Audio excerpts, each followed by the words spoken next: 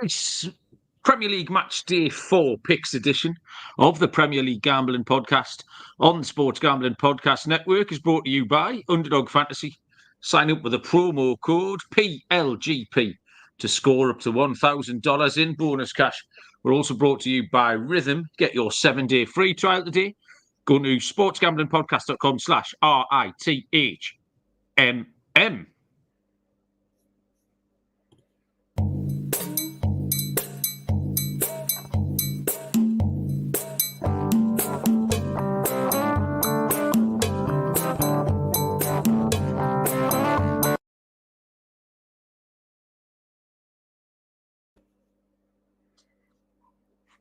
Welcome, everybody, to the Premier League Gambling Podcast on the Sports Gambling Podcast Network. My name is Malcolm Bamford, coming to you from Newcastle upon Tyne in the northeast of England. Today is Wednesday, September the 11th. Oh, yeah. And we are here to, thankfully, handicap the Premier League match day 4 over Saturday and Sunday this week. Joining me from somewhere in Nottinghamshire is Mr. Barry Penaluna. Bazza, what's happening? Even Malcolm, I take it we're all here to go over the last episode, all the international picks, all the EFL picks. Is that where we're starting, firing straight into the successes of the last podcast? Because we've done well, didn't we? We'll probably mention it. I mean, we had a chat on Sunday, and we frankly could not be asked. I said to you on Sunday, we'll do a show tonight. There's more Nations League stuff, and the enthusiasm from both of us was just absolutely nil. So we took the executive decision and fucked it off. Because I mean, it does feel like forever ago. I think in my bio I can now officially put African football expert. Remain 100% record handicapping Eswatini/Swaziland. I think I get 2 out of my 6, which isn't very good. England went to 0 and Guinea-Bissau went to 0. The rest wasn't very good. Croatia couldn't get me another goal. Colombia couldn't beat fucking Peru, and then went and turned over Argentina last night. I mean, right team, wrong day. Do you know what I mean? It is rubbish, though. But I think, Baz, this seems like forever ago as well. Your AFL picks weren't terrible, were they? Yeah, well, brilliant. I was 1 goal away from a clean sweep from all my picks on the last podcast, which is why I brought it up. England, I took England to win on the handicap by 2 or more. So that was straightforward. I had an under 2.5, I think was the Charlton game. I had a win to 0. I had a handicap win. Wrexham, I think, was win to 0. So, yeah, the only thing that didn't hit for me was the Notts County game. I had Notts County to score 3 or more at 6-4. They were 2-0 up with about half an hour to go. Didn't get the 3rd goal. Otherwise, I'd have hit everything. But 4 out of 5 for me on the EFL. So a good start to the EFL picks for me.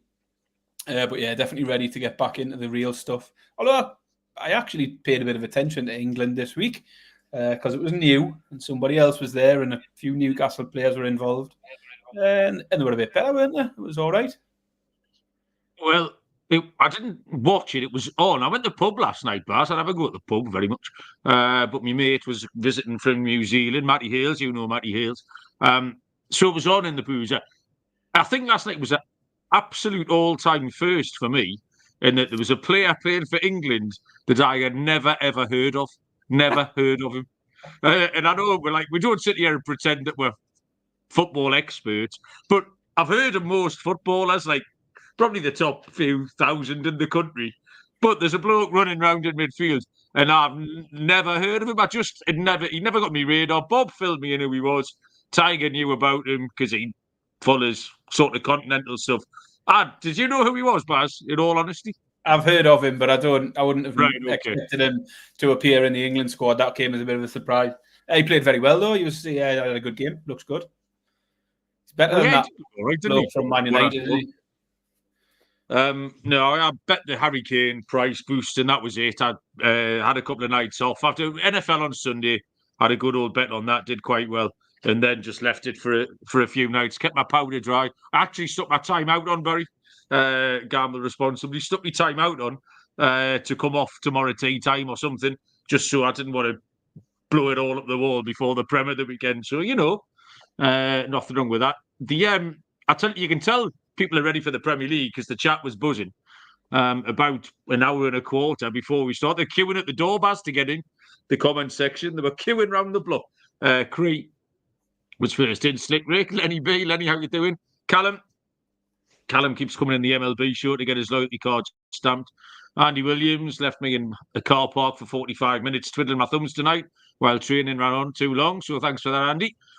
Brian's in. Who else? Lee, James, Michael, up the toffees. I'll tell you something about the toffees in a minute. And who else? I think that's everyone for the minute. But if you are kicking around, say hello. I had a job on Saturday night, Baz, in Yarm. People, if you're a raver, if you're a sort of a 90s or a noughties raver, you'd probably be into Yarm. There was a famous nightclub called Tall Trees in Yarm on Teesside. And it was just a 40th birthday party that hired out this big house sort of thing. There's only 24 of them. It was a bit weird. But they were all, I got in there and, they put like photos of the birthday girl up around the room for when she was a nipper and stuff like that, and her wedding day and all that. And they were all Evertonians, Bas. They'd all come up from, well, I don't know if it was Liverpool because they all had a horrible woolly accent. But they'd all come up. So I had to pretend that I didn't hate them. I just laughed all night. It was funny. The bloke, really nice bloke. And obviously we started talking about it. I was like, oh, well, Jordan Pickford gets plenty stick up here. But, he's a great character, isn't he? You can't help but like him. I'm saying shit like this to this bloke because he's paying my wages at the end of the day. So I spent 3 hours lying to all these woolly Evertonians. So I spent the night with them. And I think, Baz, that's about it. Apart from, like I say, I didn't really enjoy handicapping this slate. I don't know why, Barry. You've got Liverpool and City, both as home favourites. I think there's just been no surprises so far. Obviously, Arsenal dropped a couple of points, but we haven't seen anyone turned over. Then the teams who are chasing, Villa have started all right, Newcastle have started all right, Chelsea have done all right. And then the teams at the bottom haven't won a game yet. 2 of them have got a point, 1 of them haven't. So they're still waiting for something to kick into action, Baz. But have you got a load of winners lined up for us? I feel like I found it a bit easier to land on a pick than I have in the first 2 weeks because we've now got 3 weeks of form to go at. So I'm starting to feel a bit more confident. Plus, I had a reasonably strong week in the last Premier League week as well. So, yeah, I definitely felt a bit more comfortable going into this round than the previous ones. And I know what I just said there is kind of counterintuitive because you've said there's no shocks, everything's going to form, which really should make it quite easy to make betting picks. But I'm just not feeling it so maybe, as the whole point of this show is that we all help each other out. We'll all help each other through these betting picks. And we'll get a nice card built up for the weekend. We'll get straight into it because, like I say, these full slates can take us quite a bit of time to get through. The NFL and college football are in full swing. Make sure to subscribe to the Sports Gambling Podcast and the College Football Experience for free picks every game against the spread. I went 13-3 on Sunday in the NFL over the weekend, Barry. It's all right, isn't it? 13-3. Can't argue with that. I'm a very, very shrewd man, Barry. We start on Saturday lunchtime, 12:30, 7:30 Eastern Time, with a game between, this is minging, Southampton take on Manchester United. Southampton 7-2, plus 350. The draw is 3-1. Man United are 13-18, minus 138. The reason it's minging is because I just don't want to back either team instantly. So you then start to scratch around for other stuff. Southampton, 3 defeats, still 0 dignity. Have scored 1 goal. They got that garbage time goal away at Brentford when they'd been humped already. Conceded 5. Their only home game so far was a 1-0 defeat to Nottingham Forest. You can't bet them. 7-2 is a rubbish price for Southampton against anyone, I would suggest, in this league because they haven't showed anything yet. Even though we don't really rate Manchester United at the minute, I still don't. This is a terrible price. I might back them at 5-11 to 2, 6 to 1, but not 3.5 to 1. I'll laugh my willy off if they win, but I'm not betting them. One of the things we have talked about Southampton is the shot line, Baz. I haven't picked it, but it's certainly worthy of mention because they conceded a gazillion shots against Forest. It was something like 28. So then I picked the shots in the last game against Brentford. It went way over. I think the line was 27, got all the way up to 37. The line here is 28.5. The only thing that put me off was that Man United aren't particularly expansive. Do you know what I mean? So it's definitely an angle in. It's a trend, but I haven't taken it. Manchester United 1-0 win over Fulham. Then lost at Brighton, possibly a little bit unlucky. Then got tonked last week at home to Liverpool. I can't bet them either. You can't bet them at 13 to 18. If you want to bet Man United, you shouldn't be allowed money. The case you can make for Man United is that they might get a bit better if De Ligt comes and suddenly looks like a centre-back, and if Xerxes looks like a striker. He got the goal against Fulham. He did miss a couple of decent chances, but he got the areas. But the new signings, Ugarte is another one. He's obviously been in South America. I don't think he'll start. But that's the case you can make for Manchester United, is that those new players can make them more competitive.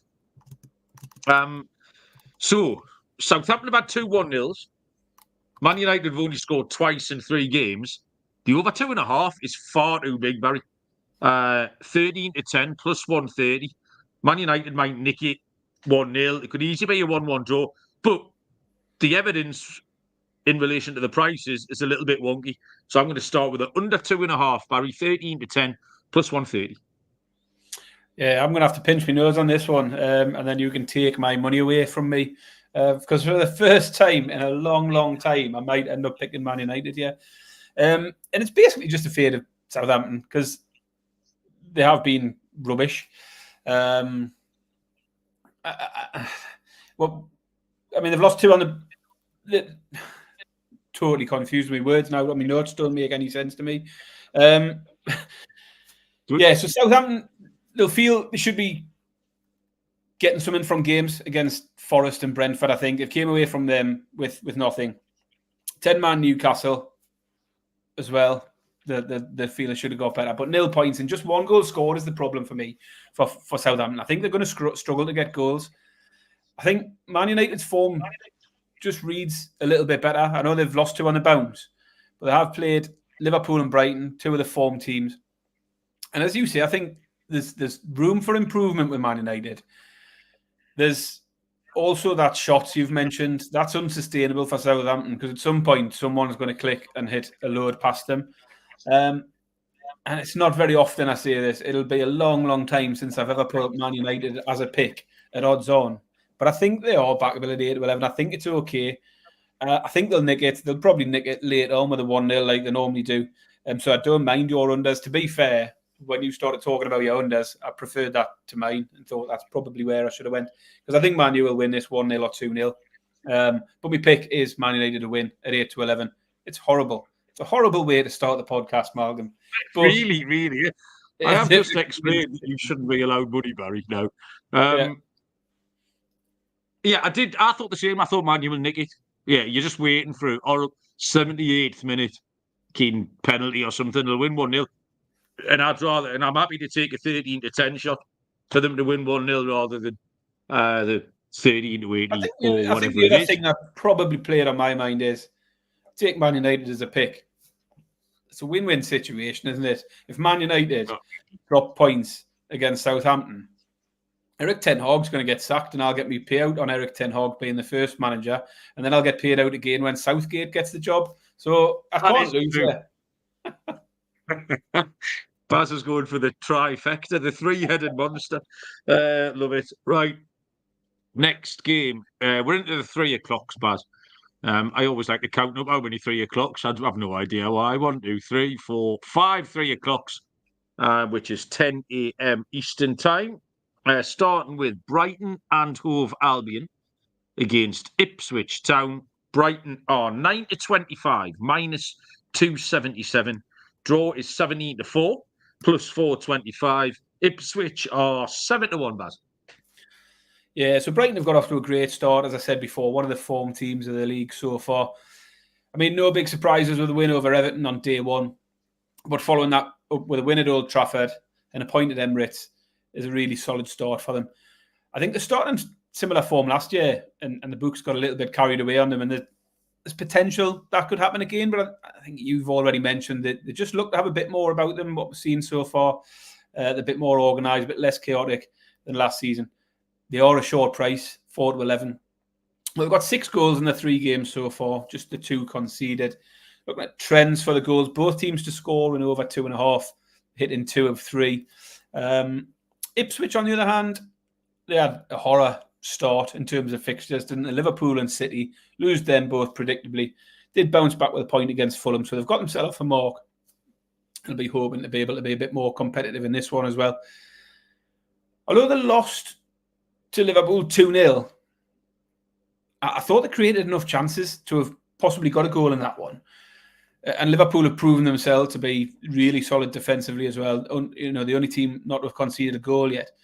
They did manage to get on the score sheet against Man City. They did manage to get on the score sheet against Fulham, Ipswich. So I was thinking of both teams to score possibly.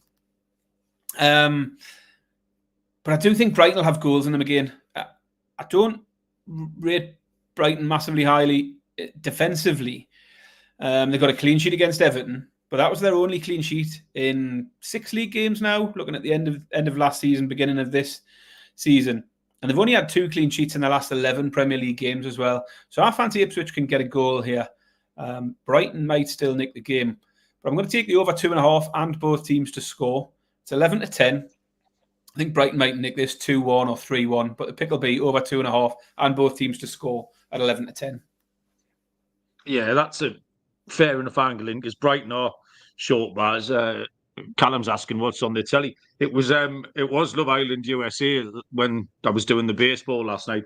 But it's Olivia Atwood's Bad Boyfriends now. I'm quite into that. But it is football related because she's married to Bradley Dack, isn't she? Of ex-Blackburn Rovers. There you go. You see it all mixed together. Bradley Dack. And he used to play for Sunderland. And all the Sunderland fans hate him. I don't know what he'd done. So I'm quite obviously keen on him. So that all links back to Olivia Atwood's Bad Boyfriend. Brighton, I've started well, Baz, but I'm not completely convinced with them, you know. Key moments away at Everton absolutely went their way. They could have gone behind and it would have been a different game. And then there was the sending off.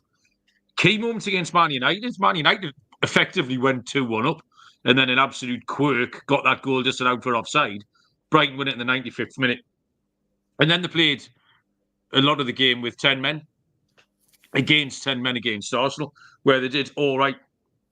So that's a really short price for a team like that. I don't want to take them on the handicap. I don't think they're going to go out and batter them.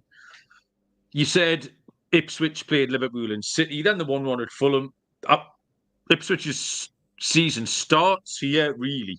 The next 6 games, they're Brighton, then they get Villa, Everton, Southampton, West Ham and Brentford. After that, you'll have an idea of what Ipswich can do. If they're sitting on 10 points, it's game on. If they're sitting on 2 points, they're going to be in trouble. Like Ipswich can give them a game here. I don't know. I've got 2 picks. I can't give out 2 picks. I can give out 2 picks. I'm going to take Ipswich at 7-1, Barry. I think Ipswich can go and turn them over. We just talked about no surprises. Someone's going to win one soon. Last year was a terrible example of the promoted teams making a fist of it. And remember, we do quite like fading Brighton in these spots, these home games where you think they're going to be all right. If you want to be a little bit safer, Ipswich on the handicap are -115. Ipswich plus a goal and a half. Because I don't think Brighton really have demonstrated that they're 2 goals better than anybody. So, yeah, Ipswich, whichever way you want. But, yeah, Ipswich at 7-1, Baz. Let's get a bit creative. Old. Third game on the card is the 3 o'clock kickoff between Crystal Palace and Leicester City. Just dropping back to Brighton briefly. Michael's got Matoma assist 5-2. is a nice price. So there's your player prop, Matoma for Brighton.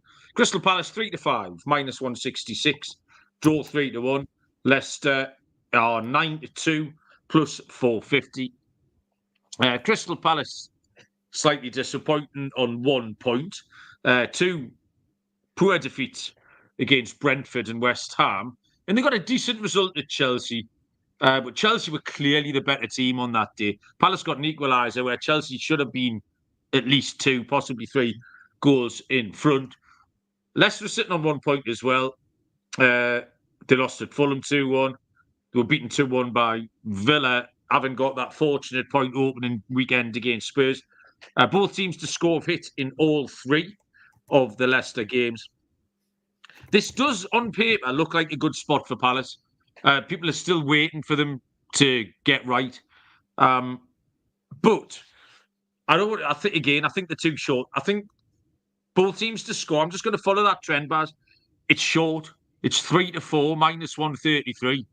But I've just given out the 7-1 on the last. So that offsets. The offset, Barry, it's the scales. I can give out the 7-1. I can give out the 3-4. -133, both teams to score, Baz.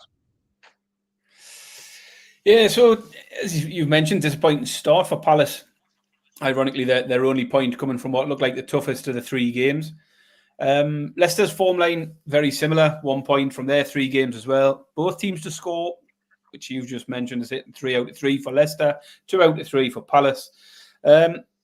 So I did come into this thinking about, same as my last one, both teams to score and over 2.5. But I moved away. You can't just repeat the same pick again and again. So I tried to find something a bit different. I think Palace will go okay this season. I know they haven't started well. I think Leicester are going to struggle, and I think Palace will have enough to get a win here at home. They might need to score a couple, though. Leicester have got on the score sheet in every game, so I'm entirely with you. I think there will have to be a couple of Palace goals for them to win it. So I thought, first of all, about Palace win and both teams to score. But then I've toned it down a little bit and I went a little bit soft. You'll love this one, Malcolm. I went for Palace to win and I've tagged on the over 1.5 goals. 10-11. So it still gives me the chance if Palace go and win 2-0 or 3-0, which is possible. Leicester on very good. But it does also give me like the 2-1 Palace, which would land your pick as well. So the pick for me is Palace to win and over 1.5 goals in the game. So we're just taking the 1-0 out of the equation. And we're taking it up from 8 to 13 for Palace to win. We're getting 10-11. So yeah, Palace win and over 1.5 goals, 10-11. That's right off the ladies' menu, that, Baz. Lee wants the Eze shots ladder. Did we have Eze shots? Was last week, wasn't it? Yeah. No, Malcolm. Semenya was the shots last time. Oh, it was, yeah. And Lee got in there before I got to reveal what the shots ladder was. And spoiler alert, he's gone and done it again. But we'll get to that at the end of the show. No, he's the fucking hell, Lee. We have to send Lee an advanced copy of your notes, Barry. Again, Malcolm, it's it's good that somebody is co-signing my picks early on. And I'll give my reasons for it towards the end. We'll get there at the end. It's a Matchday anytime goal for Harry. Palace half-time, full-time is the arse sniffer of the week. For Michael. Francis has joined us. You've missed the Man United. You won't believe it. You're sitting down, Francis. Barry picked Man United to win. That's his bet. That was his pick. Can you believe it? I think he's had a bump on the head in the international break. I picked under 2.5 because we did say Man United are going to spraff a 1-0 win late on. 78th minute deflected free kick or something minging. So yeah, we are on Man United, mate. Welcome along anyway. Underdog Fantasy gives you a chance to win 1,000 times your entry. The NFL is back, and there's loads of pick'em specials to get you started. Plus, great action for college football. The lobby is jam-packed with profit boosts and no-sweat entries. I did give out, if you remember, Adam Thielen higher on his receiving yards all last week, which cashed really easily. I haven't looked this week, so I haven't got anything for you. But use our code PLGP to claim a special pick and first-time deposit offer up to $1,000 in bonus cash. UnderdogFantasy.com. Promo code MLB SGPN. Carry on with the 3 o'clock kickoffs as Fulham take on West Ham United. Fulham are 6-4 plus 150. The draw is 9-4 plus 225, and West Ham are 15-8 plus 187. Barry. Yeah, Where am I? I'm looking at I've got the wrong note. Fulham not off to a great start. Haven't really tore up any trees early, and I thought Fulham would go all right this season, but 4 points from 3 games. But they have played 2 of the promoted sides, so not entirely convincing so far. Scored 3, conceded 3. West Ham also just the 1 win from their 3 games. Defeats coming against Villa and City though, so decent sides, and a win over Palace. Even in those defeats, West Ham have managed to get on the score sheet in every game. So they scored against Villa, scored against City. I've been looking to sort of dive into some of the stats markets early on here, and I have got, as I say, one later on, but it's saved from my ladder. I looked at this game. I couldn't find anything at all. Nothing jumped out for either team in terms of shots on target, corners. Just couldn't find anything because that's initially where I wanted to go. I really struggled to land on a side here. I think ultimately it looks a very close matchup. I found it hard to split the 2 teams. Neither have got off to a great start. I just think West Ham have possibly got a bit more room to improve with new signings waiting in the wings to come in. We still haven't seen much from Fulkrug, Somerville, and a couple of the others. And at 15-8, I think West Ham could be a bit of value as an underdog here. I like West Ham at 15-8. But I'm still playing with the shackles on a little bit. It's another one from the ladies' menu. I'm taking West Ham in the draw no bet market. 21-20, so it's still over even. A little bit of insurance. You've got to play it safe in these early parts of the season. But the pick for me is West Ham, draw no bet at 21-20 plus 105. If you're not careful, Baz, the human resources department of the Sports Gambling Podcast Network are going to be fucking banging on your door with demanding explanations. You're going to need a union rep and all sorts. This is terrible. I agree with you, Baz. I think West Ham are the pick. Everyone's waiting for the 1-1 of the week here in the chat, but I am disappointing everybody. I don't think it is. There's not much between them. You say Fulham won 1, draw 1, lost 1. The form lines aren't too strong, though. You're absolutely right. I think West Ham were a bit unlucky against Villa, good win at Palace, and then a forgivable defeat against Manchester City. And I think West Ham have got more to come at the start of the season. Nothing in the forms changed my perception of these 2 teams from what we thought at the start of the season. Fulham mid to lower half, West Ham mid, possibly a little bit better. Remember, West Ham won the transfer window. So they've got a bit more to come with players coming in. So I think we're getting the better team at a bigger price.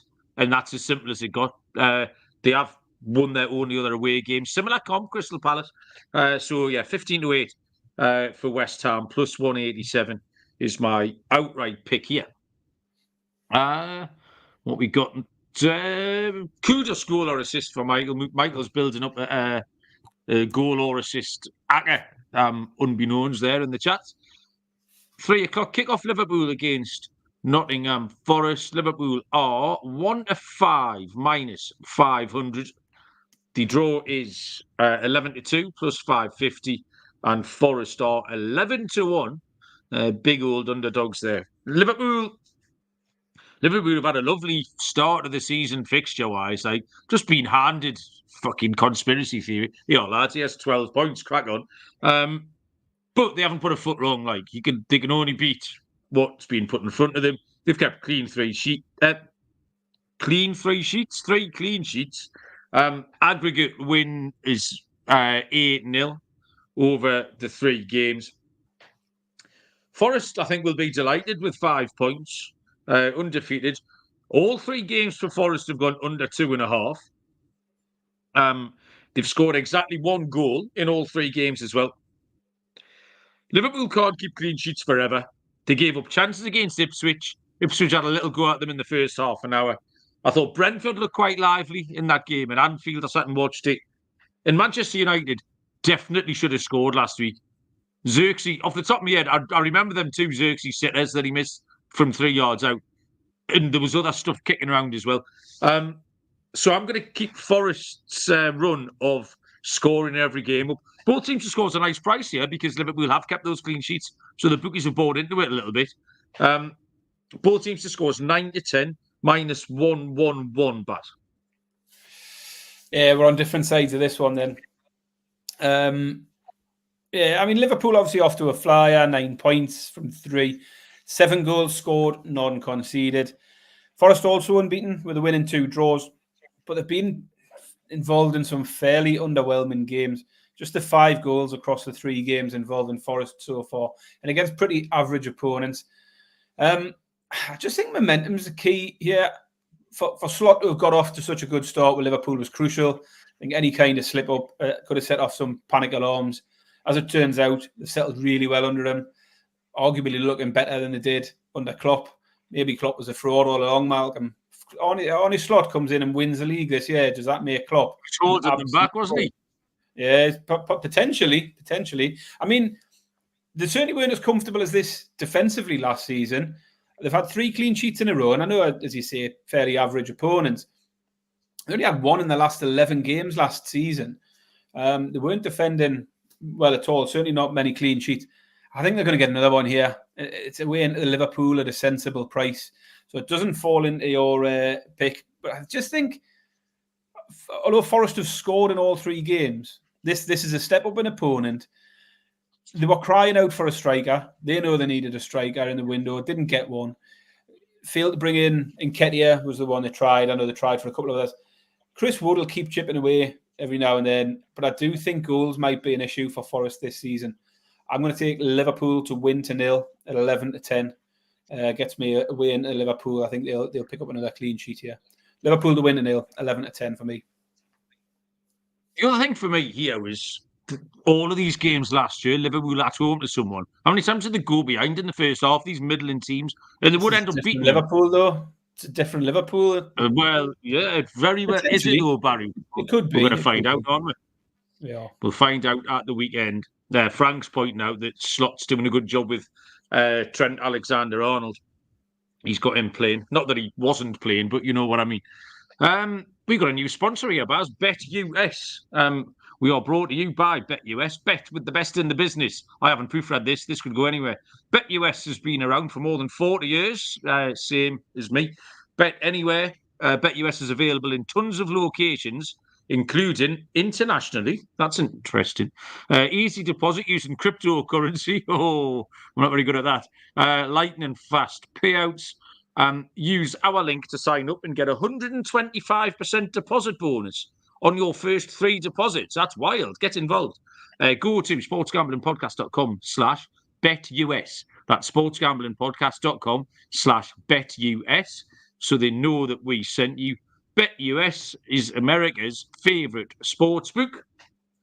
And don't forget Rhythm, our old favourites here. SGPN's proud partner. Rhythm is the #1 AI-powered sports betting platform that helps provide bettors of all levels of ability to build custom predictive betting models in seconds. Money lines, spreads, totals, and props. You can build your own model, like Ryan's done with Vanessa. He's a big fan of his model. Or you can copy one of the top performing models from the leaderboard. Claim your 7-day free trial today by going to sportsgamblingpodcast.com/rhythm. That's sportsgamblingpodcast.com/RITHMM. One more 3 o'clock game on Saturday is Manchester City taking on Brentford. Manchester City are 1 to 5, same as Liverpool, -500. The draw 7 to 1. Brentford 11 to 1. Baz, you go first. Yeah, so there's not much analysis of Brentford in my notes here. In fact, no analysis whatsoever, because it just feels unnecessary. You get to City, and at the moment, it's just the same approach every time you come to them. You've just got to find a way to get into City. They've won 12 consecutive Premier League games now, and 27 games without defeat. I couldn't even find the last time they lost a game at home. The form line I was looking at didn't go back far enough to find a home defeat in the league for Man City. It's just impossible to make a case for Brentford in those circumstances. So trying to find a way in with Man City. I mean, Man City have looked really good, really efficient at the start of the season, and they haven't even introduced Rodri yet, and they haven't really brought in Gundogan yet. So room for them to improve as well, which is frightening for everyone else. Once again, looking at the usual markets, City goals, handicaps, win to nils. I never really like the win to nil for City. They've only got 5 in the clean sheets in their last 12 league games. So I've dodged the win to nil. All 12 of those 12 consecutive Premier League wins I talked about, all 12 of them have come by 2 or more goals. 6 of the 12 have come by 3 or more. 3 or more is what you need. If you're going to take a handicap for City, you're going to need them to win by 3 or more. And again, I didn't really like that. It's a shade of under evens as well for them to win by 3 or more. But I'm just going back to one market that's worked so well so far this season, and it's City winning both halves. It's hit in 3 out of 3 so far for City. With City at home, they'll inevitably win by 2 because they always win by 2. Just need to make sure they spread it out over the 2 halves. City to win both halves at 11-10 once again for me. Yeah, you got in there first, didn't you, Baz? I haven't picked it because I feel like that's starting to be a bit of a cheat. If there's a 1-5 shot, like that's me go-to now. But what it has been kind of us, I reckon we've hit more of them than we haven't. I mean, Man City, they've covered the handicap in all 3, but that's skinny. They have conceded against Ipswich and West Ham. Brighton's 2 home wins been okay, but then they had a relatively decent comparison game in an away game with Liverpool, game that they lost 2-0. This was really hard, but I found a bet that I quite like. And I did use that Liverpool game as a comparison. Brentford had 37.5% possession in that game, but I think they could actually have less possession. They had 2 shots on target in that game as well. Under 2.5 Brentford shots on target is 9-10, -1-1-1. You made a little sex face there, Barry. Was it a I like it or I hate it face? Neither. It was just wasn't expecting that. No. Just different. I don't think we've ever had an unders for shots on the show. To be honest, it's something new. Under shots on target. Yeah, I had to go through. I mean, you're dealing with a 1-5 here. You've got to get in all the markets to try and find something. But I just think City are going to keep the ball, and I don't think Brentford are very good. So yeah, whatever the score is, just keep it at that end. Brentford under 2.5 shots on target, 9-10, -1-1-1. Tea time on Saturday. There's a Saturday night game. I just noticed that. That's good. Tea time on Saturday, 5:30, 12:30 Eastern time is Aston Villa taking on Everton. Villa are 1-2, -200. Everton. The draw is Burlington Bertie 100-30 +333. Everton are trading at 6-1. Villa have 2-1 away wins under the belt. And they were a little bit unlucky in their home defeat against Arsenal. First goal crucial. Ollie Watkins should have had it twice and didn't. Villa are another team so far that have gone as I thought they would. They haven't been any different to last season. The big caveat for Villa is this has all happened before the Champions League starts. Everyone's assessment of Villa this year was what's going to happen once they get involved in the Champions League. Everton is sitting on no points. Michael appears to be dreading the analysis on this. They've conceded 10 goals in 3 games. Hilariously conceded 3 after 86 minutes against Bournemouth in some sort of world record collapse last time. But I don't think they've been that bad, you know. They did get mashed at Tottenham, I'll give you that. That's which is quite a good comparison game for that. Villa and Tottenham probably the 2 similar. If you were pairing teams up, you could couple Villa and Tottenham quite well. Everton's record against the top 6 last year was horrible. 6 defeats, 4 of them on the handicap. They only scored twice, and that includes a 4-0 defeat at Aston Villa. So I'm going to go with those trends. As much as I don't think Everton have been the dumpster fire, everything else points to Villa on the handicap here. And it's plus money. It's 5-4, Barry. -125. Villa 3-1 or something like that. I'm going to take Villa -1.5, Barry, 5-4. Yeah, I mean, that goes okay for me, my pick as well. I mean, I got a bit of grief from Michael last time for being absolutely all against Everton last time. I had scorers, I had shots, I had Everton to lose, I had handicaps, goals, everything. But to be fair, hit almost all of it. So in my defence, it was all good. The only thing I didn't come in was Evan Nelson scoring. Question is, can you make any case for them here, Everton? And I think probably not. I might give them a chance at a goal, possibly. Villa have looked okay so far. 2 wins and a defeat. Defeat coming to Arsenal in a game where they probably should have done better. Everton 3 defeats, and as you say, more alarmingly, 10 goals conceded. Did manage to find the net twice, which was a bonus. And the thing that stood out for me is Villa have conceded in all 3 games. So a little glimmer of hope for Everton. They might get a goal here. You never know.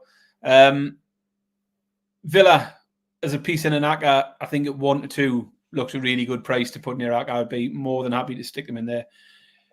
But I've just got a feeling Everton may get a goal. I think Villa might need a couple to win this. If Everton do get a goal, they'll need 3 for you to hit your pick. But I wasn't confident enough to take Villa win and Everton to score or anything like that. So I'm going for one that is a fade of the Everton defence. They can do what they want at the other end. They might get a goal. It doesn't matter. But I'm going to take for Villa to score in both halves. Villa score both halves is 6-5. As you say, Everton have conceded tons of goals. I think Villa will win this game and they'll get one in each half. Both Brighton and Spurs did this against Everton as well. So it's happened twice already in Everton games this season. So the pick for me is Villa to score in both halves at 6-5 plus 120. Okay, like that, Baz. I mean, how we pronouncing that, Barry? My blood is green. We going for new name in the chat. Welcome along. It's very quickly cottoned on to the level of banter that we have in here. So I think you'll fit right in. He likes Villa in a parlay with both teams to score in Arsenal Tottenham at the weekend, which is a perfectly good sounding bet. I like that a lot. So welcome along. By all means, get involved. So Saturday night, 8 o'clock. Am I working? So I'm fucking working in Barnard Castle or somewhere stupid on Saturday. What a load of shit. Bournemouth taking on Chelsea. Bournemouth are... Ooh, line movement report, Barry. We haven't had this for a while. Bournemouth have been nipped in 1/10 of a point since 2 o'clock this afternoon. They were 5-2 plus 240. They are now 5-2 plus 250. They're now 12-5 plus 240. So someone's coming for Bournemouth. The draw is 27-10 plus 270. Chelsea have drifted from even money to 21-20 plus 105, Barry. Yeah, I mean, looking at the points total and looking at the table, fairly average start from both sides. Though Bournemouth will arguably be happier, particularly with their late comeback against Everton. They'll also feel hard done by having not got the 3 points against Newcastle, having been denied that late winner. So I think Bournemouth will feel like they've started well. Chelsea probably less so, sitting on 1 win, 1 draw, 1 loss. The loss coming against City, though, so again, you sort of forgive anyone that. Comfortable win over Wolves, 6-2. And they will be disappointed with that draw against Palace. They should have beat Palace. They were the better side. In a game, they had more shots on target. They had an XG of 2.1 to Palace's 0.5 as well. So they should have got something out of that.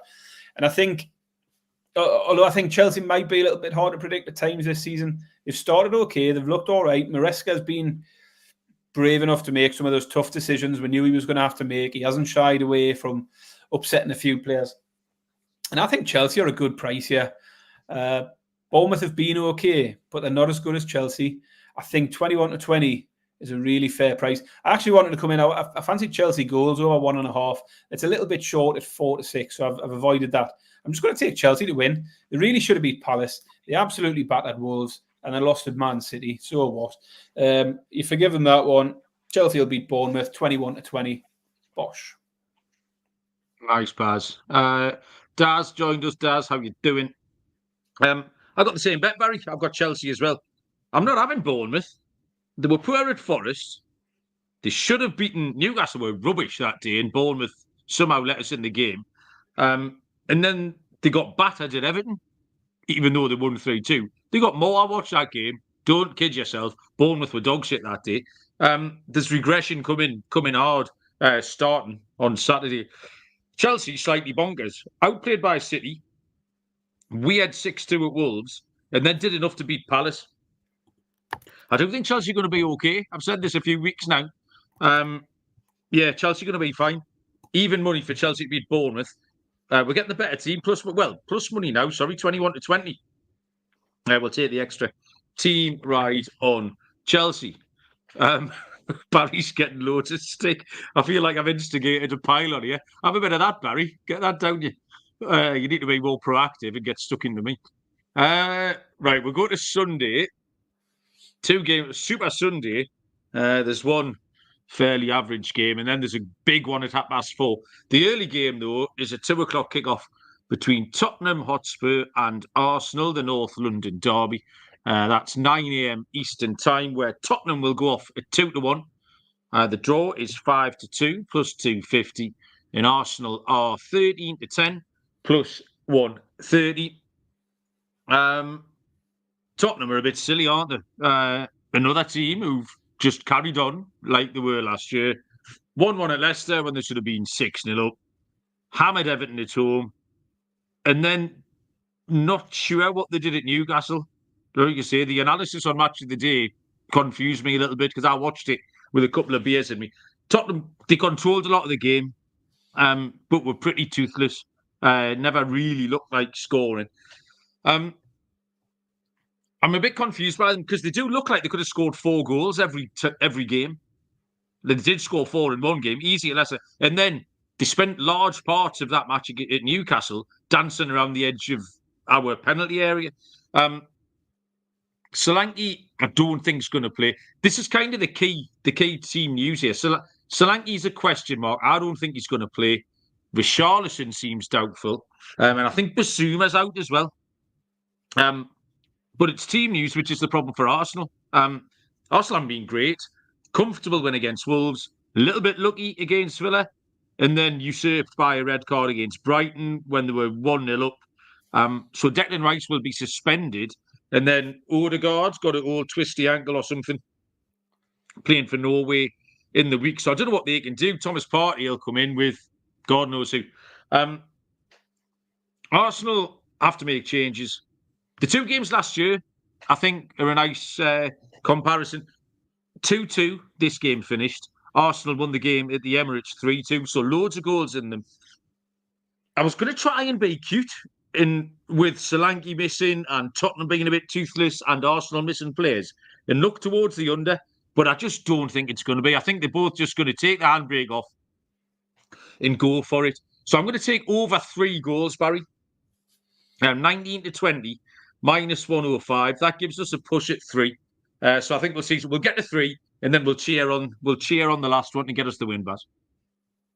Yeah, I'm going to have to question some of your stats there because you said this finished 2-2 last year. It didn't. It finished 3-2 Arsenal. The 2-2 was at the Emirates. So it was the other way around. I did give out both scores, Barry. I've just got them the wrong way around. Yeah, well, I'm just correcting you. Just, making sure I've got it right. Looks at one of the highlights of the card. A lot of people in the chat think there'll be goals in this one. And that's been the way. 3-2, 2-2, 2-0, 3-1, 3-0. Always plenty of goals in this game. It's been mentioned, Odegaard's going to be out, they reckon, for 3 weeks. Rice missing as well, so a big hole blown in the middle of the Arsenal team. But Spurs also with their own injury problems. And Spurs haven't been great. Just 1 win from the 3. Lots of possession against Newcastle, but not a lot to show for it. I said at the time, they didn't carve out many big chances at all. And that would be a concern for me against Arsenal's defence, which we know is rock solid. Arsenal haven't lost this tie in the last 4, and they've won the last 2, played at Spurs as well. I don't think that bodes well for Spurs, because I don't think Spurs have improved on last season. I don't think they've looked any better yet. They haven't shown anything to suggest. Yeah, same stuff. And they might get Van de Ven back this week, possibly. You've mentioned we don't think Solanke or Richarlison will play. Ultimately, I like Arsenal at the prices. I think Arsenal are a good price here. They've got no Premier League defeat in 9. Just 1 defeat in the last 16 league games. And as I say, Spurs just don't look to have improved, and they couldn't beat Arsenal last year or the year before, and I don't think they're going to win this one. Arsenal at 13-10 is a nice price. I like that. But I've gone for the Arsenal team total. They've hit 2 past Wolves, 2 past Villa. I dare say if they'd stayed with 11 men, they'd have put 2 past Brighton eventually. And they've scored 2 against Spurs in each of the last 4 head-to-heads as well. Arsenal team total over 1.5 goals is 5-6. I really like that one. That's a great price, Baz. Yeah. Well sniffed out, mate. We're getting overrun by Arsenal fans in the chat here. Old Green Blood's a gooner. Hassan's chimed up. Hassan's going for Arsenal 5, Tottenham 4. I'll enjoy watching that one. Hassan, Shane Considine as well. Shane, welcome along. So yeah, get some new blood in here. Arsenal fans as well, and the one everyone's waiting for, Sunday. Who the fuck's put this on Super Sunday in the afternoon? I don't want to watch this, and I'm a Newcastle fan. 4:30 kickoff, 11:30 Eastern time. Wolverhampton Wanderers take on Newcastle United. Wolves are 12-5 plus 240. The draw is 5-2 plus 250. Newcastle 11-10 plus 110. Baz, finish us off with a winner. Yeah, Wolves just 1.9 goals conceded so far. They're only just behind Everton in that front. Not been very competitive at all so far. And I still think they're going to struggle this season for goals. I said it, I think, before the Chelsea game when they did score 2 goals against Chelsea. So they've got 3 goals so far, but I think that's going to be where the problem is this season. I'm not sure they've got tons of goals in them. And Newcastle, although they haven't been firing on all cylinders, fortunate, you would say, to be unbeaten at this stage. Part of the reason for that, though, is the sort of resilience at the back. We are hard to break down, or we've sort of looked that way again this season. There was times last season where that wasn't the case, particularly on the road. But I think there's been some encouraging signs in terms of how we've reacted when we've been up against it, particularly in the Spurs game where we rode our luck with. We rode out a period where Spurs had a lot of possession. Southampton was the same, down to 10 men, and obviously up against it there. There's reasons for optimism as well. We've got Shaw coming back at the back. Will be a big boost. And a number of players who've had a really good international break, just sort of psychologically, but also fitness-wise. Gordon's had a really positive week, playing loads, a game and a half for England. Tonali's played 2 full 90 minutes for Italy and looked really good. Isak's had a good time with Sweden. Even Lewis Hall in the under-21s has had a really good, reading good reports about how well he's played in there. Newcastle are unbeaten for a reason, because they've been hard to beat. Teams haven't been able to beat us, despite the fact we're not playing very well. But I think there can be improvement at the other end of the pitch. I think there's improvement coming for Newcastle at the other end. And ultimately, I don't like Wolves. I think Newcastle at 11-10 are a good enough price. Going to need to see some improvement at the other end. But the personnel's there for Newcastle to be better than Wolves in this one. I'll take Newcastle to win at 11-10. Same bet, Barry. Really quite simple. Wolves are bang average. I've sort of beat the drum for them a couple of years, but I'm not sure about them this year. They've conceded 6 in the last home game, and even if it was a freak, that's not ideal. Newcastle haven't been great, but Newcastle are better than Wolves. Fact. We're not arguing with that. And Newcastle are on the improve. Newcastle's ceiling is a lot higher. For reasons you said, Fabian Schär's back. That's really big at the moment without Botman. He's our most senior defender. Tonali, Anthony Gordon looked sharp. I know Bruno Guimaraes came off at half-time yesterday for Brazil. Actually lost 1-0 to Paraguay. Miggy Almiron got the best of him. But I think Newcastle have got a bit more of a ceiling. And we have looked pretty resilient. Completely agree with you. Newcastle at 11-10, Barry. I very rarely pick Newcastle. Probably done it 5 times over the season and a half we've been doing this. But I'm going to go for it here. I'm going to take Newcastle at 11-10. Shane's a Man United fan. So, Shane, I don't know how many weeks you're going to be able to hang on to this, but we give Man United loads of shit. So see how long you can last. You might be here for the pain. Steve Gregory here as well. He's not looking forward to the game. Right, Barry, that's 10 games in the book.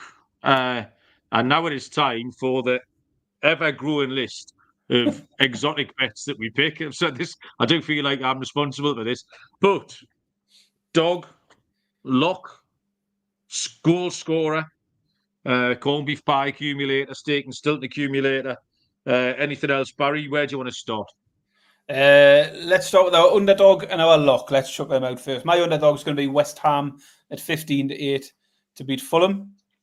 Same, Barry. I will co-ride that. Yeah.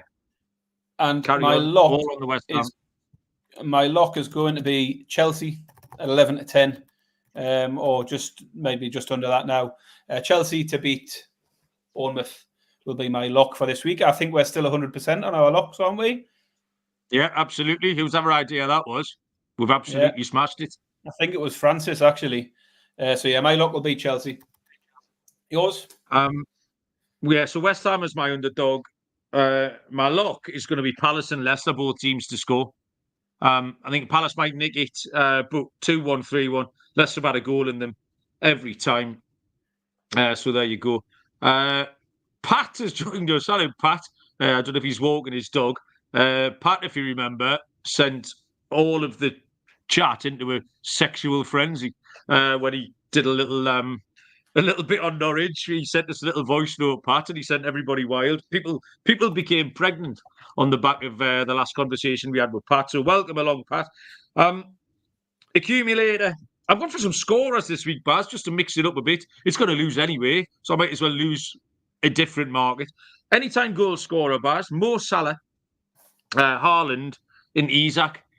The 3 premium. Yeah, stop laughing, dickhead. 6-1, that is. I'm over the moon. I wanted to take you to come up with that one. Barry, it's a 6-1 shot. What do you want? That's all right. The stake and Stilton accumulator is going to be a moneyline double on West Ham United and Ipswich Town. 22-1, Barry. Oh, fill your boots. Come on. Tasty. My corned beef pie acca is going to be a team total acca. It's Arsenal to score 2, Newcastle to score 2, and Villa to score 2. 4-1, nice and easy. The stake and Stilton acca will just be a level up on all of those. So Arsenal, Newcastle, Villa, all to score 3 or more. 33-1. Yes, we're going to get some of that.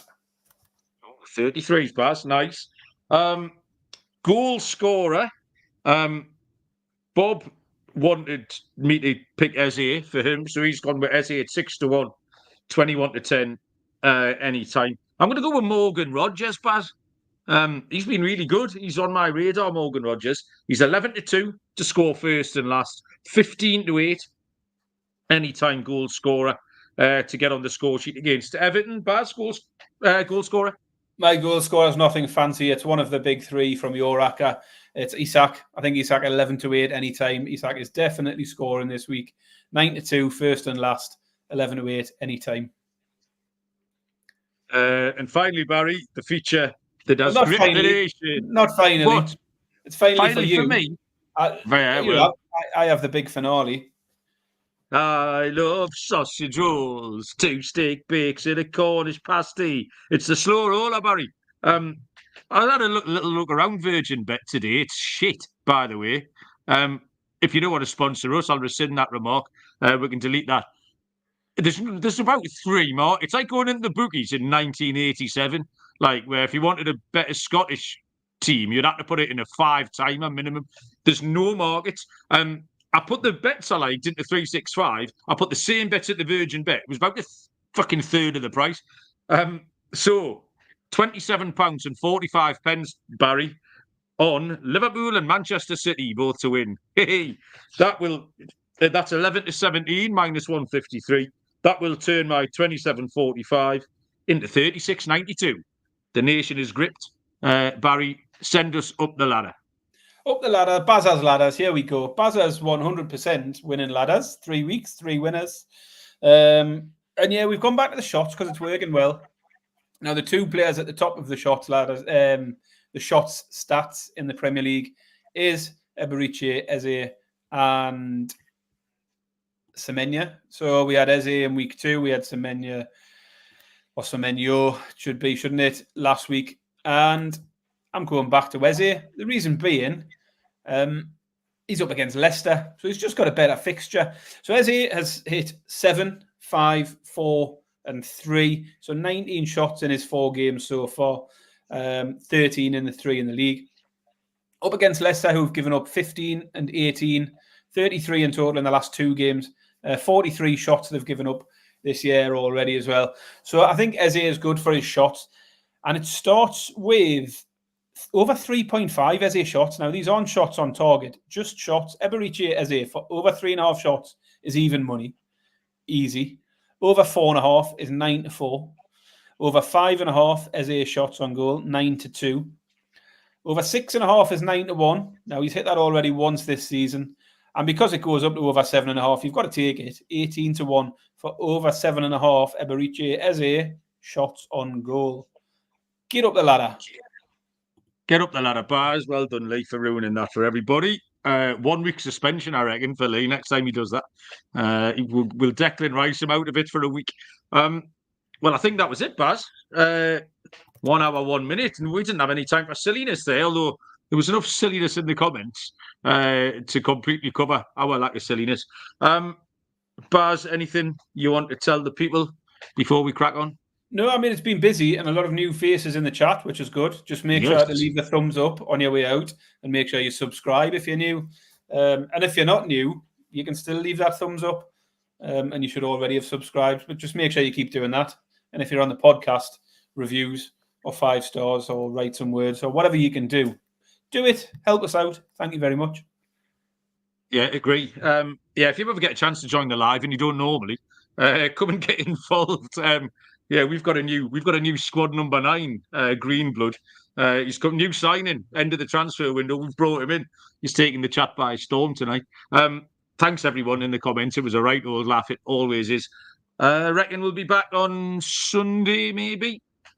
Newcastle. Beer. We've got League Cup games Tuesday, Wednesday next week, haven't we? Back into the AFL Cup. Sunday might be a struggle for you because you'll be, well, I don't know. You choose. We'll schedule it anyway. Keep your eyes peeled. We'll schedule it. Keep your eyes peeled. Barry's right. Brilliant. Appreciate it. Bet of the weekend. We've just done an hour in 1 minute. Chelsea was my blanker. Chelsea for me. And you put out was Palace, Leicester, both teams to score. Right. Let's get out of here, Baz. We'll see you all down the road. Cheers.